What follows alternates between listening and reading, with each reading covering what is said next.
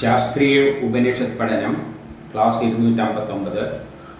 നമ്മളിപ്പോൾ നോക്കിക്കൊണ്ടിരിക്കുന്ന 58ാമത്തെ ഉപനിഷത്തായിട്ട് കൗശീതകി ബ്രാഹ്മണ ഉപനിഷത്താണ്. അതിൽ 3ാമത്തെ അധ്യായത്തിൽ അവസാനത്തെ ഭാഗമാണ്. അപ്പം 5-ൽ എന്താണ് പറയുന്നതെന്ന് നോക്കാം.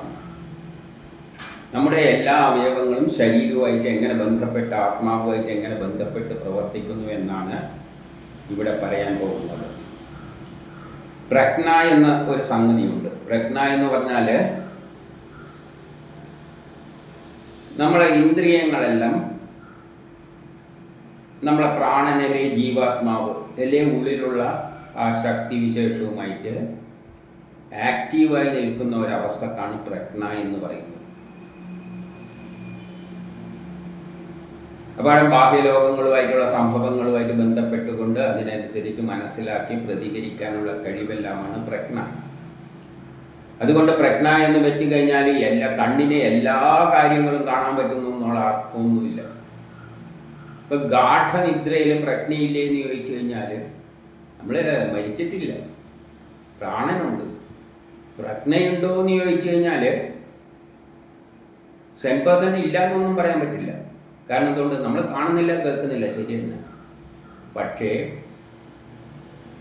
സാധാരണയിൽ കവിഞ്ഞിട്ടുള്ളൊരു ശബ്ദം വരികയാണെങ്കിൽ പെട്ടെന്ന് ഞെട്ടി ഉണരും. അപ്പം കേൾക്കുകയെല്ലാം ചെയ്യും. അതിൻ്റെ ലെവലൊന്ന് അഡ്ജസ്റ്റ് ചെയ്ത് വെച്ചിരിക്കുകയാണ്. സാധാരണ ഉള്ളിയൊന്നും നമ്മളെ ബാധിക്കണ്ട. അതിൻ്റെ അപ്പുറം എന്തെങ്കിലും വരുന്നുണ്ടെങ്കിൽ പെട്ടെന്ന് ഞെട്ടി ഉണരും ശബ്ദം വരുമ്പോൾ. അതേമാതിരി ശരീരത്തിൻ്റെ മറ്റുള്ള ഭാഗങ്ങളെല്ലാം പ്രവർത്തിക്കുന്നുണ്ട്. അപ്പം പ്രജ്ഞ എന്ന് പറയുന്നത് എല്ലാം പ്രവർത്തിക്കണമെന്നില്ല, എല്ലോ 100% പ്രവർത്തിക്കണമെന്നില്ല എന്ന് പറഞ്ഞു കഴിഞ്ഞാൽ ആ ലെവലനുസരിച്ച്, ആവശ്യത്തിനനുസരിച്ച് പ്രവർത്തിക്കും. അതുകൊണ്ട് പ്രജ്ഞ പ്രാണനില്ലെങ്കിൽ മരിച്ചു. പക്ഷേ പ്രജ്ഞ ഇല്ലെങ്കിൽ അർത്ഥത്തിൽ എടുക്കാൻ പറ്റില്ല. പ്രജ്ഞ എന്നത് പറയുന്നത് പൂർണ്ണമായിട്ട് എടുക്കും. കാണൽ മാത്രമല്ല പ്രജ്ഞ, കേൾക്കലുമുണ്ട്. അപ്പം പ്രജ്ഞക്ക് പല വശങ്ങളുണ്ട്. കാണാനുള്ള കഴിവ്, കേൾക്കാനുള്ള കഴിവ്, കർമ്മം ചെയ്യാനുള്ള കഴിവ്, എല്ലാം പ്രജ്ഞയിൽ വരികയാണ്. എല്ലാം അതിൻ്റെ ഓരോ അംശങ്ങളാണ്.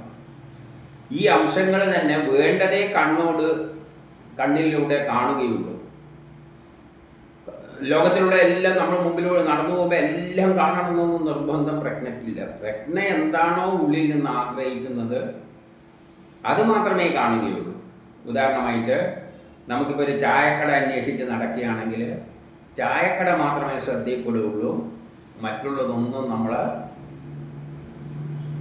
ഇല്ലെങ്കിൽ ചായക്കടയിൽ ബോണ്ട തിന്നണം എന്നുള്ള ആഗ്രഹം കൊണ്ട് ഇറങ്ങിയതാണെങ്കിൽ ചായക്കടയും ശ്രദ്ധിക്കും, അതിൻ്റെ അൽമാരിൻ്റെ അകത്ത് ബോണ്ടയും ഉണ്ടോ എന്നും നോക്കും. അപ്പം സെലക്റ്റീവാണ്. ആരാണ് സെലക്ട് ചെയ്യുന്നത്? ഉള്ളിലുള്ള പ്രജ്ഞ. പ്രജ്ഞ സെലക്ട് ചെയ്യുന്നു. നീ ഇന്ന കാര്യങ്ങൾ കേട്ടോളൂ, കണ്ടോളൂ എന്നെല്ലാം അതിൻ്റെ ആവശ്യമനുസരിച്ചാണ് നമ്മൾ ഇന്ദ്രിയങ്ങളെ അത് ആക്റ്റീവാക്കുന്നത്. അപ്പോൾ വാക്ക്, നമ്മൾ സംസാരിക്കുന്നത് പ്രജ്ഞയുടെ ഒരംശത്തിൻ്റെ പൂർത്തീകരണം നിർവഹിക്കുന്നു. പ്രജ്ഞ എന്ന് പറയുമ്പോൾ എല്ലാ കാര്യങ്ങളും നോക്കി നടക്കുന്നതാണ്. അതിൽ കാഴ്ചയുമായി ബന്ധപ്പെട്ട ഒരംശം അത് പൂർത്തീകരിക്കുന്നു. കണ്ണോട് പറയുന്നു ഇന്ന കാര്യം മാത്രം നീ നോക്കിയാൽ മതി. അപ്പോൾ അത് മാത്രം നോക്കും, മറ്റുള്ളതൊന്നും ശ്രദ്ധ കൊടുക്കില്ല.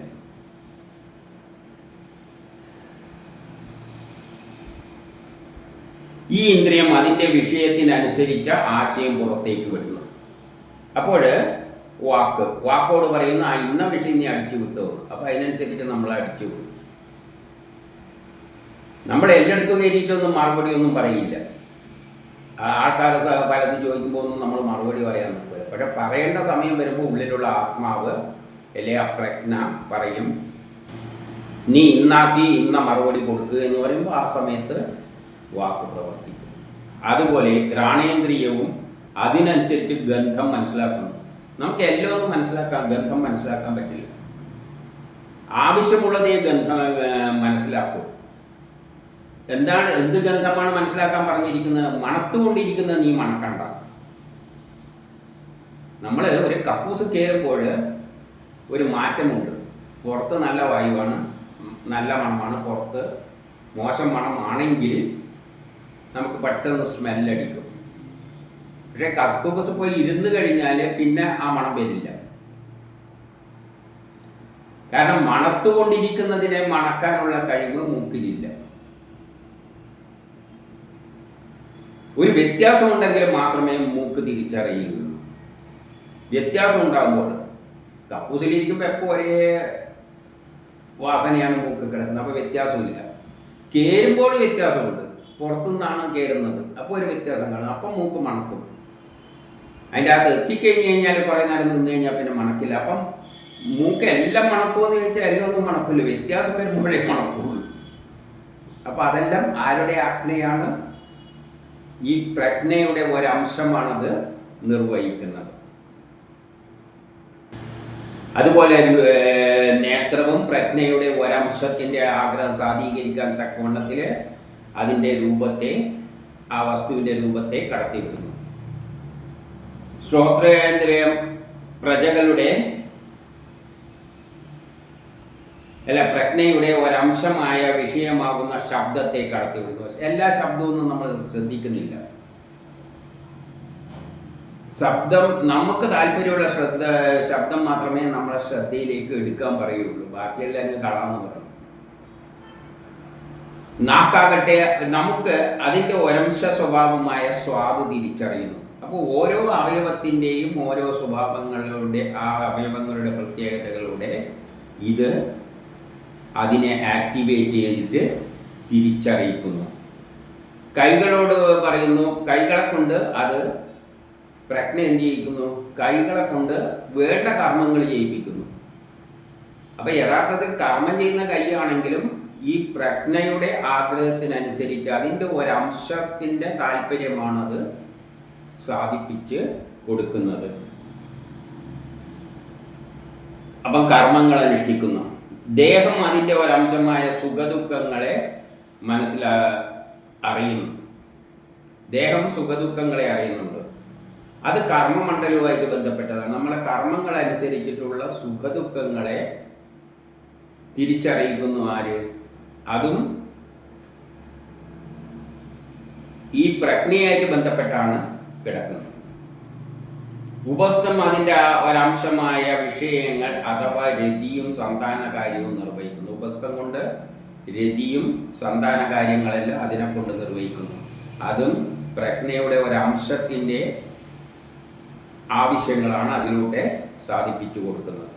കാലുകൾ ഗമനത്തിന് എങ്ങോട്ട് പോകണം എന്നെല്ലാം കാല് ആ പ്രജ്ഞയുടെ ആഗ്രഹം അനുസരിച്ചാണ് കാല് പോകുന്നത്. അല്ല കാലുണ്ടെന്ന് വെച്ചാൽ അതിന് തോന്നുന്ന മാതിരി അത് പോവുകയല്ല.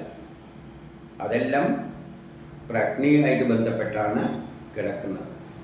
ഈ പ്രജ്ഞ പ്രാണനുമായിട്ടും ജീവാത്മാവുമായിട്ടെല്ലാം ബന്ധപ്പെട്ടാണ് കിടക്കുന്നത്. അപ്പോൾ അവയുടെ ആഗ്രഹങ്ങളാണ് പ്രജ്ഞ രൂപത്തിൽ ഓരോ അവയവത്തിലൂടെയും പ്രവർത്തിക്കുന്നത്.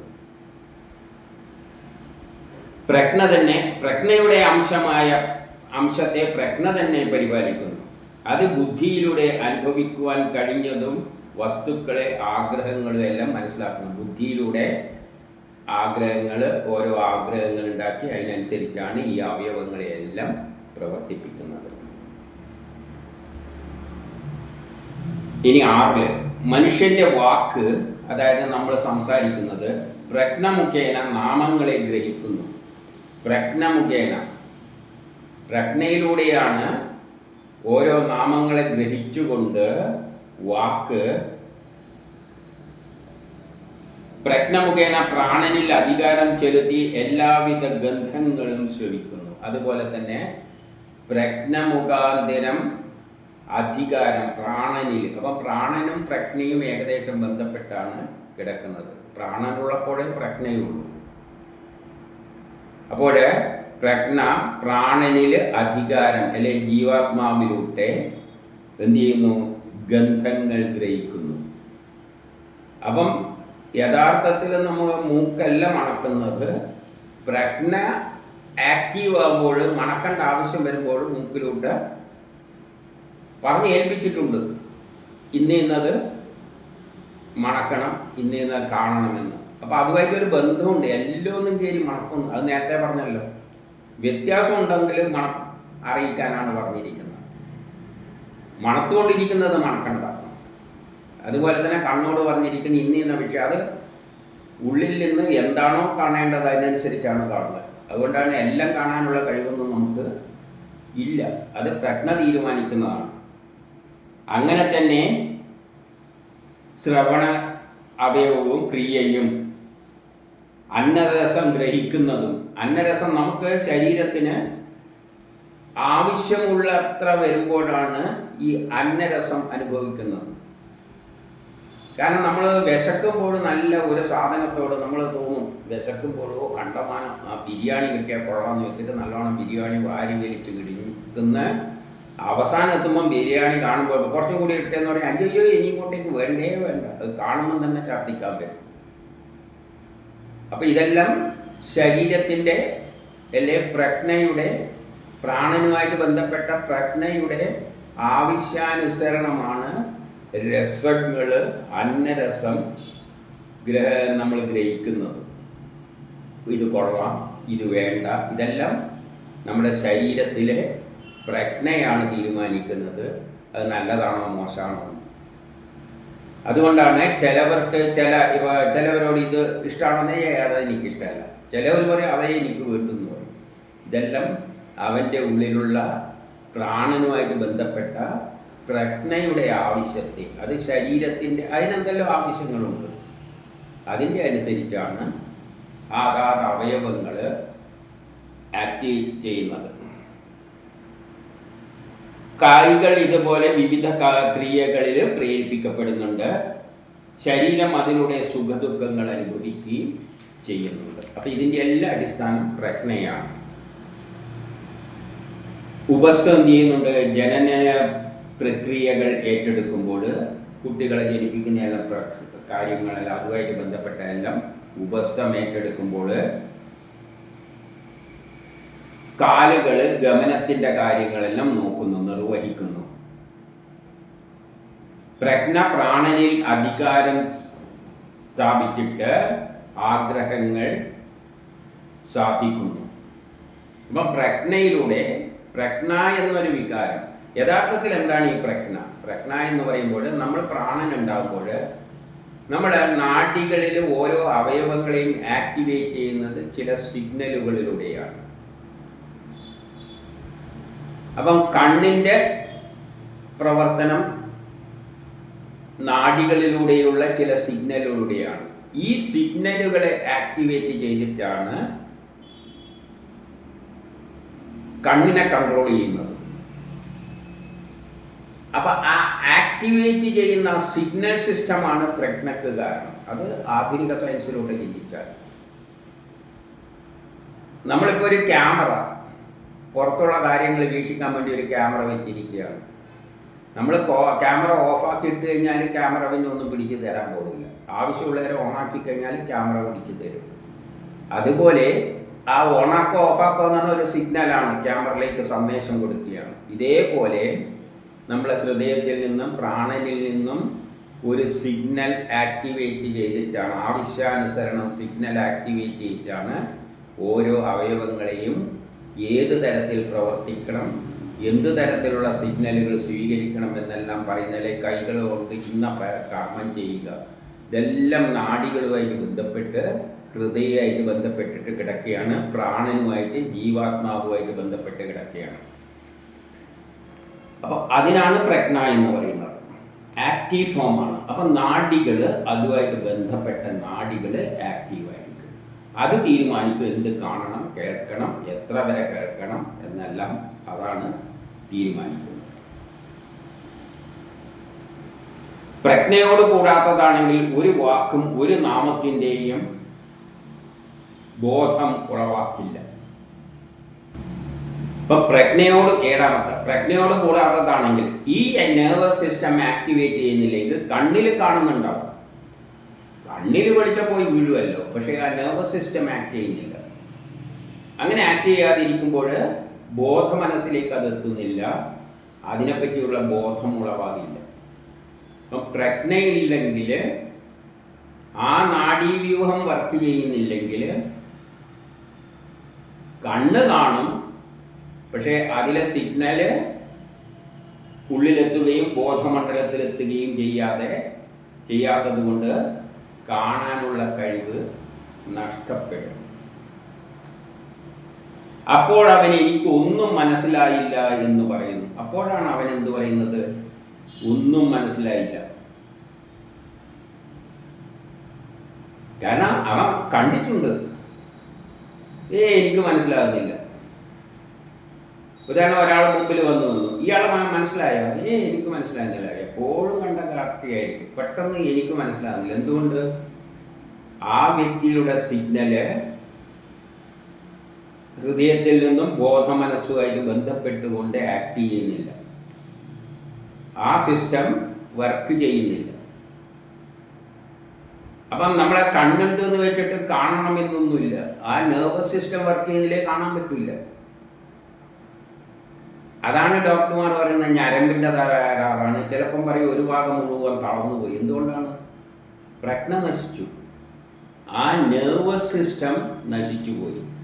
അപ്പോൾ പ്രജ്ഞ എന്നത് നാഡികളുമായി നമ്മുടെ ശരീരത്തിൻ്റെ അകത്തുള്ള ഇലക്ട്രോണിക് കൺട്രോളിങ് സിസ്റ്റവുമായിട്ട്, ഇലക്ട്രോണിക് സർക്യൂട്ട് പോലെയുള്ള സിസ്റ്റവുമായി ബന്ധപ്പെട്ടതാണ്.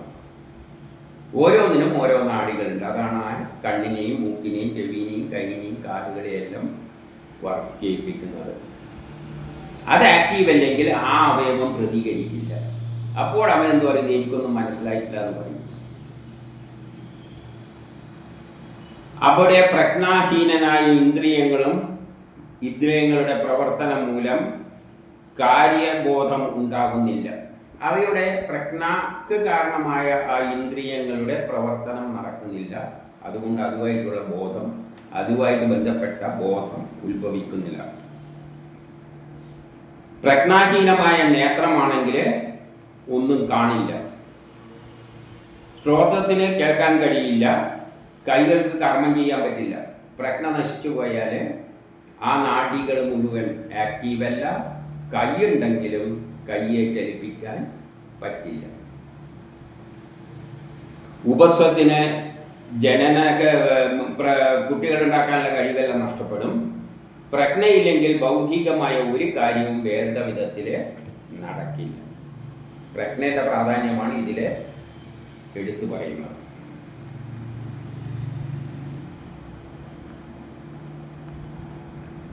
ഇനി 8 പറയുകയാണ്, അതുകൊണ്ട് വാക്കുകൊണ്ട് അറിഞ്ഞത് കൊണ്ട് മാത്രം അല്ലെങ്കിൽ പറഞ്ഞത് കൊണ്ട് മാത്രം ഒരു പ്രയോജനവുമില്ല. വാക്ക് എന്ന് പറഞ്ഞാൽ കമ്മ്യൂണിക്കേഷൻ, പറയുക, കേൾക്കുക. അതുകൊണ്ട് വാക്ക് ഉച്ചരിച്ചുകൊണ്ട് പറഞ്ഞതുകൊണ്ട് വാക്കിനെപ്പറ്റി അറിഞ്ഞതുകൊണ്ട് വലിയ പ്രയോജനമൊന്നുമില്ല. വാക്കിനെ പ്രേരിപ്പിക്കുന്ന ആത്മാവിനെ അറിയണം. അപ്പം വാക്കുകളെല്ലാം നമ്മളിൽ നിന്ന് വരുന്ന വാക്ക് നമ്മുടെ ഉള്ളിലുള്ള ആത്മാവിൽ നിന്നാണ് വരുന്നത്. ഒരു കമ്പ്യൂട്ടർ എന്തെങ്കിലും കൂട്ടിയും കിഴിക്കുകയും ചെയ്യുന്നുണ്ട്. ആ കമ്പ്യൂട്ടറോട് ഒരു വലിയ സംഖ്യ കൊണ്ടിട്ട് അതിനെ മൾട്ടിപ്ലൈ ചെയ്യാന്ന് പറഞ്ഞാൽ അത് മൾട്ടിപ്ലൈ ചെയ്യും. അതിൻ്റെ കഴിവിനെ അറിഞ്ഞത് കൊണ്ടായില്ല. കണ്ടോ, അത് കൂട്ടുന്നാണ്ട അല്ല, അതിനെ അറിയണ്ടെങ്കിൽ. പക്ഷേ യഥാർത്ഥത്തിൽ എന്തറിയണം? അതിൻ്റെ അകത്തൊരു പ്രോസസ്സറുണ്ട്. ആ പ്രോസസ്സറാണ് അത്, അവിടെ വെച്ചാണ് ഇതെല്ലാം കാൽക്കുലേറ്റ് ചെയ്യുന്നത്. അതുപോലെ കാണുകയോ കേൾക്കുകയോ വാക്ക് നമ്മൾ എന്ത് പറയുന്നുണ്ടെങ്കിലും ആ പറയുന്നതിനല്ല പ്രാധാന്യം, അത് അതിൻ്റെ അകത്തുള്ള ആത്മാവാണ് അവനെ കൊണ്ടത് പറയിപ്പിക്കുന്നത്. എല്ലാം ചെയ്യിപ്പിക്കുന്നത് ഉള്ളിലുള്ള ആത്മാവാണ്. അപ്പം വാക്കറിഞ്ഞത് കൊണ്ടായില്ല, ഒരു പ്രയോജനമില്ല. വാക്കിനെ പ്രേരിപ്പിക്കുന്ന ആത്മാവിനെ അറിയണം. ഗന്ധം അറിഞ്ഞത് കൊണ്ട് മാത്രമായില്ല. മണക്കുന്നുണ്ട്, എനിക്ക് മണക്കാനുള്ള കഴിവുണ്ട്. പക്ഷേ അത് മൂക്കിൻ്റെയോ ഒന്നുമല്ല കഴിവ്. അതിൽ നിന്ന് വരുന്ന നെർവസ് സിസ്റ്റം ഹൃദയത്തിൽ എവിടെ എത്തുന്നുണ്ട്? ആ ആത്മാവിലെത്തുന്നുണ്ട്. അതാണ് അതിൻ്റെ പ്രോസസ്സർ. അതാണ് മണപ്പിക്കുന്നത്. മണക്കണോ വേണ്ടതെന്ന് തീരുമാനിക്കുന്നതും അതാണ്. അപ്പം അങ്ങനെ ഒന്നാണ് ഗന്ധത്തെ അറിയുന്നത് എന്ന് മനസ്സിലാക്കണം. ശബ്ദം ശ്രവിച്ചത് കൊണ്ട് മാത്രമായില്ല. ശബ്ദം ശ്രവിക്കുന്ന ആത്മാവിനെ അറിയണം. യഥാർത്ഥത്തിൽ ആ ശബ്ദം ശ്രവിക്കുന്നത് ആരാണ്? ആത്മാവാണ്. ആത്മാവിനെ അറിയണം. അന്നരസം അനുഭവിച്ചത് കൊണ്ടായില്ല, അതിൻ്റെ കർത്താവായ ആത്മാവിനെ അറിയണം. രസം നമ്മൾ ഓരോന്ന് തിന്നുമ്പോൾ നല്ല രസമായി, ഇത് കൊള്ളാം, മധുരം, ഇത് പുളിപ്പ്, ഇതറിഞ്ഞുകൊണ്ടായില്ല. എനിക്ക് നല്ല മധുരവും പുളിപ്പും തിരിച്ചറിയാൻ കഴിവുണ്ട്. പക്ഷേ ഇതെല്ലാം ആരുടെ കഴിവാണ്? അതിൻ്റെ അകത്തുള്ള ആത്മാവിൻ്റെ കഴിവാണ്. അതിൻ്റെ കർത്താവ് ആരാണ്? ആത്മാവാണ്. സുഖദുഃഖങ്ങൾ അനുഭവിക്കുന്ന ആത്മാവിനെ അറിയണം. സുഖദുഃഖങ്ങൾ യഥാർത്ഥത്തിൽ അനുഭവിക്കുന്നത് ഈ ശരീരമല്ല, ശരീരത്തിൻ്റെ ഉള്ളിലുള്ള ആത്മാവാണ് സുഖദുഃഖങ്ങൾ അനുഭവിക്കുന്നത്. പ്രജനന കർമ്മവും കുട്ടികളെ ഉണ്ടാക്കുന്ന കാര്യത്തിലെല്ലാം അതിൻ്റെ ആനന്ദവുമെല്ലാം അറിഞ്ഞതുകൊണ്ടായില്ല, അതിനെപ്പറ്റി അറിയുന്ന ആത്മാവിനെ അറിയണം. ആത്മാവാണ് എപ്പം കുട്ടികളുണ്ടാണ് എന്നെല്ലാം തീരുമാനിച്ചിട്ട് ആ പ്രക്രിയയിലേക്ക് തള്ളിവിടുന്നത്. അപ്പം ആത്മാവാണ് അതിനെ പ്രേരിപ്പിക്കുന്നതും കുട്ടികൾ എപ്പോഴും ഉണ്ടാകേണ്ട അതിനനുസരിച്ചെല്ലാം അത് പ്രവർത്തിപ്പിക്കുന്നതെല്ലാം ആത്മാവാണ്. അതിനെ അറിയണം.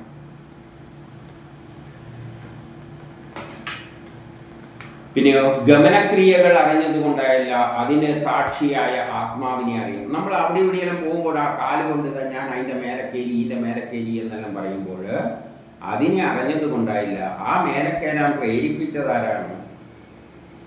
നമ്മളെപ്പോഴും മുകളിൽ കയറുമോ? നമ്മൾ ഇവിടെ ഇരിക്കുമ്പോൾ കയറണോ? വേണ്ട, കയറണ്ട എന്ന് തീരുമാനിക്കും. ഈ മല കയറിയിട്ടങ്ങ് മുകളിൽ പോയാൽ ചിലവർ പറയും എന്നെക്കൊണ്ട് കയറാനൊന്നും കഴിയില്ല, ഞാൻ ഇവിടെ ഇരിക്കുക, നിങ്ങൾ പോയി കയറിയിട്ട് പറഞ്ഞു. ചിലപ്പോൾ വലിഞ്ഞു കയറുകയും ചെയ്യും. അപ്പോൾ അതെല്ലാം കാലിൻ്റെ കഴിവൊന്നുമല്ല, കാലിന് തന്നെയാണ്. പക്ഷേ സാക്ഷിയായിട്ട് ഒരു കക്ഷി നിൽക്കുന്നുണ്ട്, ആത്മാവുള്ളിൽ.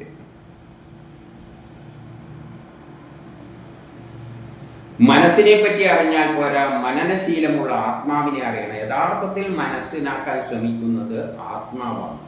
അത് മനസ്സിലൂടെ ചിന്തിപ്പിക്കുന്നു, എന്നിട്ട് അറിയാൻ ശ്രമിക്കുന്നു. ഇതെല്ലാം നടുവിലൊരു പ്രോസസ്സറുണ്ട്. കമ്പ്യൂട്ടറിൽ എല്ലാം അകത്തുള്ള പ്രോസസ്സർ, അവർ ചിപ്പുണ്ടല്ലോ. അതുപോലെ നമ്മളെ ഹൃദയത്തിലുള്ള ആത്മാവാണ് ഇതിൻ്റെ എല്ലാം പ്രോസസ്സറും എല്ലാം ചെയ്യും. പ്രോസസ്സെല്ലാം അതിനെയെല്ലാം അനലൈസ് ചെയ്യുകയെല്ലാം ചെയ്യുന്നത്, അതിനെ പ്രേരിപ്പിക്കുന്നതെല്ലാം ആ സംഗതിയാണ്.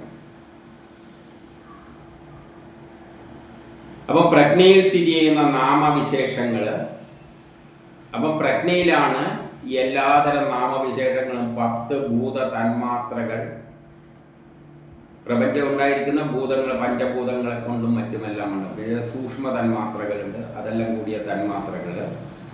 ഭൂതങ്ങൾ സ്ഥിതി ചെയ്യുന്ന ഈ ഭൂതങ്ങളിലാണ് ശരീരം പഞ്ചഭൂതങ്ങളെ കൊണ്ട് ഉണ്ടാക്കി. ഈ ഭൂതങ്ങളിലാണ് എന്തെല്ലാം സ്ഥിതി ചെയ്യുന്നത്? വാക്ക് മുതലായ ഇന്ദ്രിയങ്ങളെല്ലാം സ്ഥിതി ചെയ്യുന്നത്. എത്ര ഇന്ദ്രിയങ്ങളുണ്ട്? 10 ഇന്ദ്രിയങ്ങളുണ്ട്. 5 ജ്ഞാനേന്ദ്രിയങ്ങളും 5 കർമ്മേന്ദ്രിയങ്ങളും. ഇതെല്ലാം പ്രജ്ഞാമാത്രകളാണ്. അപ്പം ഇതെല്ലാം പ്രജ്ഞയുടെ മാത്രങ്ങളാണ് ഈ ശരീരത്തിലുള്ള ഈ എല്ലാ സാധനങ്ങളും. പ്രജ്ഞയാണ് അതിനെ ആക്ടിവേറ്റ് ചെയ്യുന്നത്. അപ്പം ഭൂതം മാത്രയില്ലെങ്കിൽ പ്രജ്ഞാമാത്രയുടെ അസ്തിത്വമില്ല. ഈ ഭൂതങ്ങളില്ലെങ്കിൽ, ഭൂതങ്ങൾ എന്ന് പറഞ്ഞാൽ ശരീരം തന്നെ പഞ്ചഭൂതങ്ങളെ കൊണ്ട് നിർമ്മിച്ചാണ്, കണ്ണ് മൂക്ക് എല്ലാം കൂടിയ ഇതില്ലെങ്കിൽ പ്രജ്ഞയ്ക്ക് വലിയ കാര്യമില്ല.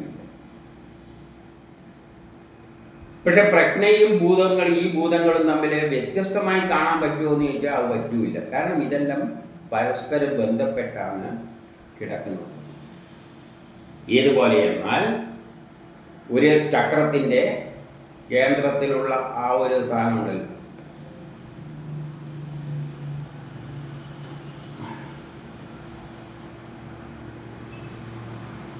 അപ്പം ഭൂതമാത്രകളില്ലെങ്കിൽ പ്രജാമാത്രകളുടെ അസ്തിത്വം ഇല്ല. ഇവ രണ്ടിൽ ഒന്നിനെ മാത്രം ഏതെങ്കിലും ഒരു വിഷയത്തിൽ സമർത്ഥനായി കാണുവാനും പറ്റില്ല. അതായത് കണ്ണിൻ്റെ ആ ഒരു പ്രജ്ഞയായിട്ട് ബന്ധപ്പെട്ട പ്രജ്ഞാമാത്രയും കണ്ണിൻ്റെ സിഗ്നൽ സിസ്റ്റം എന്ന് വേണ്ടതെങ്കിൽ ആധുനിക സയൻസിലൂടെ അവിടെയാണ്. കണ്ണും അതിൻ്റെ അകത്തുള്ള ഇലക്ട്രോണിക് സർക്യൂട്ടും.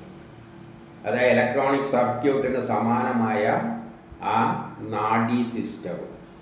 ആ നാഡീ സിസ്റ്റത്തിന് പ്രജ്ഞാമാത്ര എന്ന് പറയാം. കണ്ണ് പഞ്ചഭൂതങ്ങളെ കൊണ്ടുണ്ടാക്കിയ ഭൂതമാത്രയും. ഭൂതമാത്രയും പ്രജ്ഞാമാത്രയിലും ഏതെങ്കിലും ഒന്ന് കേമനാണെന്ന് പറയുന്നതിൽ അർത്ഥമില്ല. ഈ നാഡിയാണ് പ്രധാനം എന്ന് പറഞ്ഞുകൊണ്ട് കാര്യമില്ല. കണ്ണ് പോയി കഴിഞ്ഞാൽ കാര്യമില്ല. കണ്ണാണ് പ്രധാനം എന്ന് പറഞ്ഞാൽ ഈ നാഡി പോയി കഴിഞ്ഞാൽ വർക്ക് ചെയ്യില്ല. അപ്പം രണ്ടും ആവശ്യം തന്നെയാണ്. അപ്പോൾ ഒന്ന് സോഫ്റ്റ്വെയർ ആണെങ്കിൽ മറ്റേത് ഹാർഡ്വെയർ ആണ്. കമ്പ്യൂട്ടറിൽ സോഫ്റ്റ്വെയർ എന്ന് പറയുന്നതാണ് നമ്മളെ CD ഇട്ടിട്ട് ലോഡ് ചെയ്യുന്ന ഒരു പ്രോഗ്രാം, അത് സോഫ്റ്റ്വെയർ. കമ്പ്യൂട്ടർ എന്ന് പറഞ്ഞാൽ പഞ്ചഭൂതങ്ങളെ കൊണ്ട് നിർമ്മിച്ച ഹാർഡ്വെയർ. ഇത് രണ്ടും ഉണ്ടെങ്കിലേ കമ്പ്യൂട്ടർ വർക്ക് ചെയ്യും. സോഫ്റ്റ്വെയർ ലോഡ് ചെയ്തില്ലേ കമ്പ്യൂട്ടർ വർക്ക് ചെയ്യില്ല. കമ്പ്യൂട്ടർ ഇല്ലെങ്കിൽ പിന്നെ സോഫ്റ്റ്വെയറിനെ കൊണ്ട് വലിയ കാര്യമില്ല, അതെടുത്ത് കളയാനേ പറ്റും. അതുപോലെ ഇത് രണ്ടും ഒന്നും ഒന്നിനെക്കാട്ടി മെച്ചമാണെന്ന് വിശേഷ ഗുണമുള്ള ഏതോ ഒന്നിന് വലിയ ഗുണമൊന്നും പറയാനൊന്നും പറ്റില്ല. രണ്ടും ബന്ധപ്പെട്ടാണ് കിടക്കുന്നത്, സോഫ്റ്റ്വെയറും ഹാർഡ്വെയറും പോലെ. അതിനാൽ ഭൂതതന്മാത്രകളും പ്രജ്ഞാമാത്രകളും ആവശ്യമാണ്. അതുകൊണ്ട് രണ്ടും മനുഷ്യന് ആവശ്യമുണ്ട്. അതായത് നമ്മിൽ സോഫ്റ്റ്വെയറുമുണ്ട്, ഹാർഡ്വെയറുമുണ്ട്. ഹാർഡ്വെയറാണ് ഈ ശരീരം, ഉള്ളിലുള്ള സോഫ്റ്റ്വെയറാണ്. സോഫ്റ്റ്വെയർ എന്ന് പറഞ്ഞാൽ ഒരു പ്രോഗ്രാമാണ്. ആ പ്രോഗ്രാമാണ് ജീവാത്മാവ്. അല്ലെങ്കിൽ പരമാത്മാവ് എന്ന് പറഞ്ഞാൽ ഈ പ്രപഞ്ചത്തിൻ്റെ മുഴുവൻ പ്ലാനാണ്.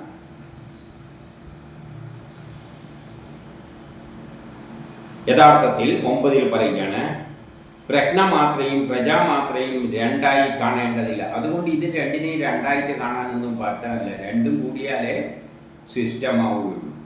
അതുകൊണ്ട് രണ്ടിനെയും പ്രത്യേകിച്ച് കാണേണ്ട ആവശ്യമൊന്നും ഇല്ല.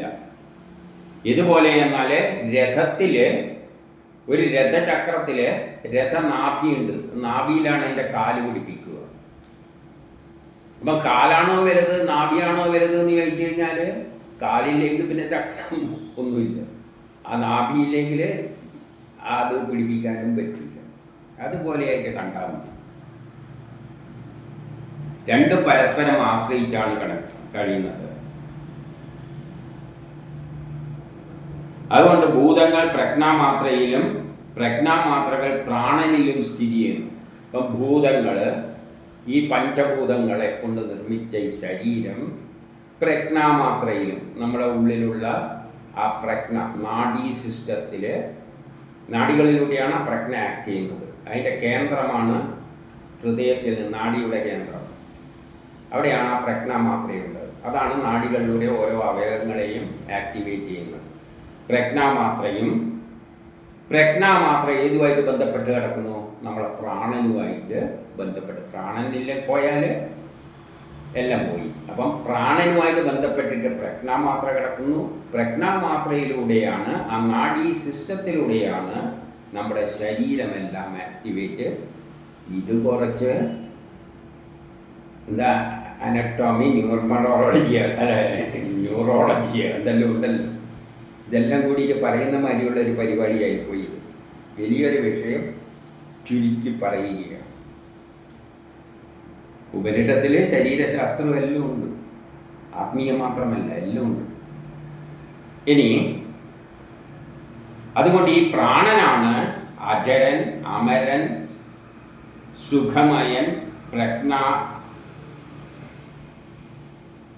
പ്രജ്ഞാത്മകൻ. പ്രജ്ഞയും ആത്മാവ് നേരത്തെ തന്നെ പറഞ്ഞതാണ്. പ്രജ്ഞ തന്നെ ആത്മാവായിട്ട് എടുക്കാം. നമ്മുടെ ആത്മാവ് എന്ന് പറഞ്ഞാൽ ഉള്ളിലുള്ള പ്രോഗ്രാം, സോഫ്റ്റ്വെയർ. ആ സോഫ്റ്റ്വെയറിൽ നിന്നാണ് ഈ പ്രജ്ഞയെല്ലാം ഉത്ഭവിക്കുന്നത്. സോഫ്റ്റ്വെയർ ആക്ടിവേറ്റ് ചെയ്യുമ്പോൾ അത് നാഡീ സിസ്റ്റത്തിലൂടെ എല്ലാവരെയും, എല്ലാ അവയവങ്ങളെയും ആക്ടിവേറ്റ് ചെയ്യും. പ്രാണൻ ഉത്തമ കർമ്മങ്ങളിൽ ചെയ്യുമ്പോൾ ഉയർച്ചയും, പ്രാണൻ ഉത്തമ കർമ്മങ്ങൾ ചെയ്യുമ്പോൾ നമുക്ക് ഉയർച്ചയുണ്ടാവും. നീചകർമ്മങ്ങൾ ചെയ്യുമ്പോൾ ക്ഷയവും ഉണ്ടാകും, നമ്മൾ ക്ഷയിച്ചു പോകും.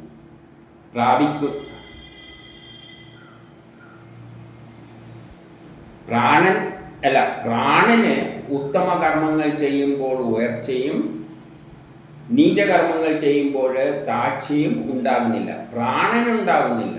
പ്രാണനാണ് അതിനെ പ്രേരിപ്പിക്കുന്നത്.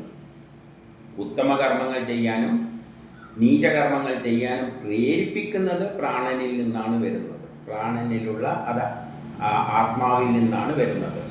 പക്ഷേ ഉയർന്ന കർമ്മം ചെയ്താലും ഒരു വ്യക്തി വലിയ ഉന്നത നിലയിലെത്തിയാലും നീചമായ തല്ലിപ്പൊളിയായി മാറിയാലും അതുകൊണ്ട് പ്രാണന് ഉയർച്ചയോ താഴ്ചയോ ഒന്നും ഉണ്ടാകുന്നില്ല. പ്രാണൻ ബ്രഹ്മമാണ്, നിർഗുണമാണ്. നിർഗുണമെന്നൊന്നും പറയാൻ പറ്റില്ല. അതിൻ്റെ പിന്നിലുള്ള ആത്മാവ് ആ ബ്രഹ്മം എന്ന് പറയുന്നത് നിർഗുണമാണ്. പക്ഷെ അത് ഈ മായയിലകപ്പെട്ടുകൊണ്ട് ഒരു സ്വഭാവവിശേഷങ്ങൾ കാണിക്കുന്നുണ്ട്. പക്ഷേ അങ്ങനെ സ്വഭാവവിശേഷങ്ങൾ കാണിക്കുമ്പോഴും ഒരു വ്യക്തി ഉന്നത പ്രവൃത്തി ചെയ്താലും നീച പ്രവൃത്തി ചെയ്താലും പ്രാണന് എന്ത് സംഭവിക്കുന്നില്ല? ഉയർച്ചയോ താഴ്ചയോ സംഭവിക്കുന്നില്ല. അപ്പോൾ എന്താണ് സംഭവിക്കുന്നത്? മുകളിലേക്ക് ഉയരുവാൻ ഒരാളെ ആഗ്രഹിക്കുന്നുവെങ്കിൽ, ഒരാളെ മുകളിലേക്ക് ഉയർത്തണമെന്ന്, ഒരു രാജാവിൻ്റെ നിലയിലേക്ക് ഉയർത്തണമെന്ന് ആ ശക്തി ആഗ്രഹിക്കുകയാണെങ്കിൽ നല്ല കർമ്മങ്ങൾ ചെയ്യാൻ പ്രേരിപ്പിക്കും. ഒരുത്തനെ താഴത്തേക്ക് എത്തിക്കണം ആഗ്രഹിക്കുകയാണെങ്കിൽ ആ നീച കർമ്മവും ചെയ്യിപ്പിക്കും. അതിന് പ്രേരിപ്പിക്കും ആരെ? ഈ പ്രാണനിലും പ്രജ്ഞയിലും സ്ഥിതി ചെയ്യുന്ന ഈശ്വരൻ. അപ്പോൾ ഒരാളെ ഉയർന്ന നിലയിൽ എത്തിക്കണ്ടെങ്കിൽ അവനെ കൊണ്ട് നല്ല കർമ്മങ്ങൾ ചെയ്യിപ്പിക്കും. ഒരാളെ കൊണ്ട് താഴ്ന്ന നിലയിൽ എത്തിക്കണ്ടി, നീചാവസ്ഥയിലേക്ക് എത്തിക്കണ്ടെങ്കിൽ അവനെ കൊണ്ട് നീച പ്രവൃത്തി ചെയ്യിപ്പിക്കും. ആരാണ് ചെയ്യിപ്പിക്കുന്നത്? പ്രജ്ഞാരൂപത്തിലും പ്രാണരൂപത്തിലും സ്ഥിതി ചെയ്യുന്ന ഈശ്വരൻ. അപ്പം ഈശ്വരൻ എന്നൊരു ശക്തി വിശേഷം, അതാണ് നിർഗുണമായ ബ്രഹ്മം. ആ ബ്രഹ്മത്തിൽ നിന്നാണ് പ്രപഞ്ചം സൃഷ്ടിക്കാനുള്ള ഒരു ശക്തി വിശേഷം ഉണ്ടായത്. ആ ശക്തിക്കാണ് ഈശ്വരൻ എന്ന് പറയുന്നത്. ആ ഈശ്വരനാണ് ഒരാളെ ഉന്നത നിലയിലേക്ക് എത്തിക്കണ്ടെങ്കിൽ അവനെ കൊണ്ട് നല്ല കർമ്മം ചെയ്യിപ്പിക്കും. അവനെ കൊണ്ട് താഴത്തെ നിലയിലേക്ക് എത്തിക്കണ്ടെങ്കിൽ അവനെ കൊണ്ട് നീച കർമ്മം ചെയ്യിപ്പിക്കും. ഏതിലൂടെ? പ്രാണനിലൂടെയും പ്രജ്ഞയിലൂടെയും. ആ പ്രാണനും പ്രജ്ഞയും യഥാർത്ഥത്തിൽ ഈശ്വരൻ തന്നെയാണ്. പ്രാണനും പ്രജ്ഞനുമായിട്ട് പ്രജ്ഞ ആയിട്ടെല്ലാം മാറിയിരിക്കുന്നത്. എന്നിട്ട് അതിലൂടെ അവന് ഉന്നതിയിലേക്ക്, അതാണ് മാളികാമുകളിലേറിയ മന്നൻ്റെ തോളിൽ മാറാപ്പ് കയറ്റുന്നതും ഭവാൻ എന്ന് പറഞ്ഞതിൻ്റെ സാരാംശമാണ് ഇത്. അപ്പം നമ്മൾ ഉന്നത നിലയിൽ എത്തിക്കുന്നത് അത് തന്നെയാണ്. നമ്മൾ താഴ്നിലയിലേക്ക് എത്തുന്നതും അത് തന്നെയാണ്. ഏതിലൂടെ? നമ്മിലുള്ള പ്രാണനിലൂടെയും അതിലുള്ള പ്രജ്ഞയിലൂടെയും. പ്രജ്ഞയിലൂടെ നമ്മളെ കൊണ്ട് നല്ലതും കാണാൻ പ്രേരിപ്പിക്കും, മോശം കാണാനും പ്രേരിപ്പിക്കും. നമ്മൾ നല്ലതും കേൾക്കും, മോശം കേൾക്കും. എന്ത് കേൾക്കണം എന്നല്ല അതാണ് തീരുമാനിക്കുന്നത്. എന്നിട്ട് കർമ്മം ചെയ്യിപ്പിക്കുന്നത് അത് തന്നെയാണ്. അതിനനുസരിച്ച് സുഖദുഃഖവും ഉണ്ടാകും. അപ്പം ആ ഈശ്വരനാണ് തീരുമാനിക്കുന്നത് നമ്മൾ മുകളിലോട്ടേക്ക് പോകണോ താഴോട്ടേക്ക് പോകണോ എന്ത് ചെയ്യണോ എന്നല്ല. അത് പ്രാണൻ തന്നിട്ട്, പ്രാണനുള്ളവരല്ലേ ചെയ്യും. നമ്മളിൽ പ്രജ്ഞയുണ്ടാക്കിയിട്ട്, അതായത് നെർവസ് സിസ്റ്റത്തെ ആക്ടിവേറ്റ് ചെയ്തുകൊണ്ട് നമ്മളെ കണ്ണുകളെയും കൈകളെയും കാലുകളെയും എല്ലാം അതിനനുസരിച്ച് എല്ലൊന്നും കാണാനും കേൾക്കാനും മണക്കാനും വിടുന്നില്ല. അതിനെന്താണോ ഇഷ്ടമുള്ളത് അത് കാണാനും കേൾക്കാനും പറഞ്ഞിട്ട് അതിൻ്റെ പിന്നാലെ ഓടിപ്പിക്കും. അപ്പോൾ അത് നമ്മളെ നല്ല സ്ഥലത്തേക്കാണ് ഓടിക്കണ്ടെങ്കിൽ നല്ലത് കണ്ട് കേട്ട് ആ വഴിയിലേക്ക് നമ്മളെ ഓടിപ്പിക്കും. അല്ലെങ്കിൽ താഴോട്ടേക്ക് അത് ഓടിപ്പിക്കും, നമ്മളെ പതനത്തിലേക്ക് എത്തിക്കും. അതാണ് മാളിക മുകളിൽ വെച്ചും തോളിൽ മാറാപ്പ് കയറ്റുന്നതും ആ ഈശ്വരൻ തന്നെയാണ്. ആ ഈശ്വരൻ തന്നെയാണ് ലോകത്തിൻ്റെ സംരക്ഷകനും സർവലോകത്തിൻ്റെ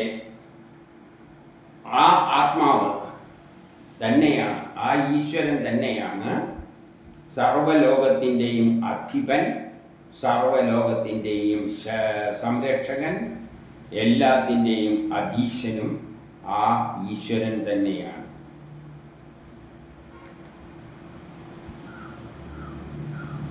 ഈശ്വരൻ ചേർന്ന പ്രാണൻ തന്നെയാണ് ആത്മാവ് എന്ന് അതുകൊണ്ട് നമ്മൾ മനസ്സിലാക്കണം. ഈശ്വരനിൽ ഈ ഈശ്വര ഗുണം അല്ലെങ്കിൽ ഈശ്വരൻ അല്ലെങ്കിൽ ഈ ഗുണം ഈശ്വര ഗുണം ചേർന്ന പ്രാണൻ തന്നെയാണ് നമ്മുടെ ആത്മാവ് എന്ന് തിരിച്ചറിയണം. അപ്പം നമ്മൾ ആത്മാവ് എന്ന് പറയുന്നത് ഈ ഈശ്വരൻ നൽകുന്ന പ്രാണൻ, ഈശ്വരൻ്റെ ഗുണങ്ങളോട് കൂടിയ പ്രാണൻ തന്നെയാണ് നമ്മുടെ ആത്മാവ്. ആ ഈശ്വരൻ ഏത് ഗുണത്തിലാണോ നമ്മളിലൂടെ ആക്ട് ചെയ്യാൻ പോകുന്നത് അതുപോലെ ഇരിക്കും നമ്മുടെ പ്രവർത്തനങ്ങളും, അതുപോലെ തന്നെ ഇരിക്കും നമ്മുടെ കർമ്മഫലങ്ങളും, സുഖവും ദുഃഖവും എല്ലാം ആ ഈശ്വരൻ തന്നെയാണ് നമ്മളിൽ പ്രാണനായി വന്നുകൊണ്ട്, പ്രാണരൂപത്തിൽ വന്നതുകൊണ്ട് നമ്മുടെ പ്രജ്ഞകളിലൂടെയാണ് ഏത് തരത്തിലാണ് നമ്മൾ പോകേണ്ടത്, ഏത് അവയവങ്ങളെല്ലാം എങ്ങനെ പ്രവർത്തിക്കണമെല്ലാം തീരുമാനിക്കുന്ന ആ പ്രജ്ഞയാണ്. അപ്പോൾ ആ ഈശ്വരൻ എന്താണോ ആഗ്രഹിക്കുന്നത് ആ തരത്തിലാണ് നമ്മൾ ഇന്ദ്രിയങ്ങളെല്ലാം വർക്ക് ചെയ്യുക എന്നാണ് ഇവിടെ പറഞ്ഞ് വെക്കുന്നത്. ഇതിൻ്റെ പിന്നിൽ പ്രവർത്തിക്കുന്ന ആ ശക്തി വിശേഷമായ ഈശ്വരനെ നമ്മൾ തിരിച്ചറിയണം.